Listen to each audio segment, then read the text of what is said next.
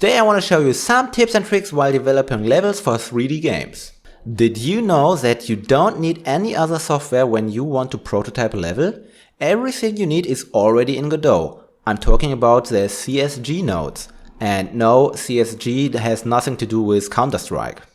CSG-Nodes are a set of primitive geometrical forms you can combine to get more complex ones. One example. Here I have a CSG box. I can drag on these little dots and the box will deform accordingly. But the real magic happens when we start combining it with other CG nodes. We create a second box and put it into the first box. Now, when selecting the inner box, we can select one of 3 Boolean operations to create a new mesh out of these two. You see, union fuses both meshes together. Intersect results in just the parts that are overlapping in both meshes. And the most useful subtraction leads to cutting away everything that the inner box touches. You can also give the mesh some material to better distinguish them and get a better sense of scale. On this way we can quickly create a rough estimation of things we want to have in our level, and we can directly use it in-game, try out how it fits the game mechanics and take adjustments if needed. All without the need of exporting and importing between different programs. However, there will come the time you think the level is complete how it is. And that's when we want to export our CSG objects to a 3D modeling software like Blender. We can do this easily in the editor under Project, Tools, Export to GLTF. This will always export all of the scene's object. That's why most of the time I find it more accessible to structure everything that can be a separate object to actually be a separate scene and export each of these individually. Before importing into Blender, I recommend to organize our workspace a bit. I like to have camera and lighting in a separate collection and create a new collection for the new stuff we are about to import. Now, with all the collections set up in Blender, we can import the Godot scene. With File, Import, GLTF, and directly move it into our newly created collection. Don't worry if the materials don't have any texture anymore. We're just gonna use this as a reference to model a more detailed version, and by having it in the separate collection, it's easy to toggle it on and off at any time. One thing you might want to do first is recreating the exact shape of the imported CSG node mesh with overlapping simple geometries and give it a name with -col. When we later re-import this mesh into Godot, the engine will detect the -col in the name and will automatically create a collision shape out of this mesh.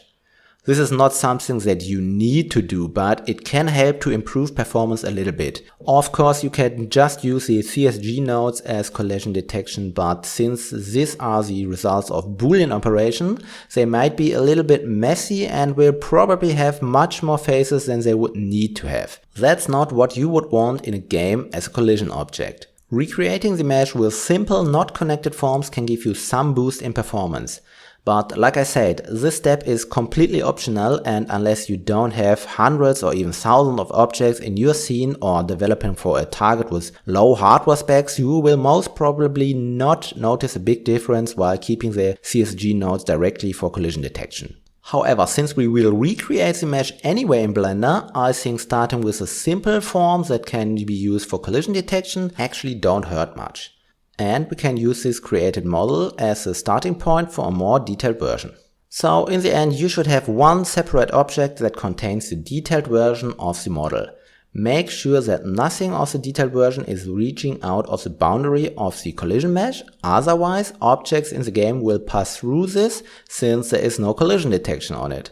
When we are happy with the results, we can follow the normal GLTF export like I presented in my other video. If you decided to create a new collision mesh for the model, make sure to also include this in the GLTF file and remove any material from it. Now when we re-import this model back in Godot, make a new inherit scene out of it and save it. Go to the original scene and link it in. Depending on if you created a new collision shape or not, either just toggle out the visibility of the CSG nodes or delete them completely. On this way we can replace all of the objects in the level step by step until we're done. To be honest, I was quite surprised how easy it is to create a nice level layout in Godot. The one thing that I would recommend is to stick with a simple layout as long as possible And first start replacing this with detailed models when you're about to finishing your game. Yes, it can be quite frustrating to only see these colored boxes every day, especially if you're more of an artist than a programmer or a game designer. But even if you think a part of your game is done, you will most probably come back to it at one point and rearrange things or completely change some parts. And as long as you only use simple nodes or CSG nodes, that's easy and you can change anything at any time. But when you already have more complex models in place, you will probably end up by doing a lot of the modeling work again. So that's the end of the video. And for now, it's also the end of this 3D modeling workflow series as well. I hope these videos helped you in some way or another. I had a lot of fun doing them and also still learned a lot myself while preparing all the stuff. But this kind of videos do really take a lot of time in the making.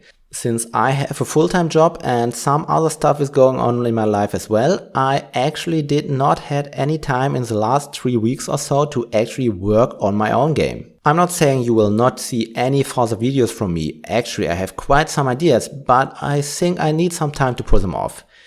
Hey, if you give this video a thumb up or maybe even subscribe to my channel, this would actually help me a lot to regain motivation. But of course, that's completely up to you.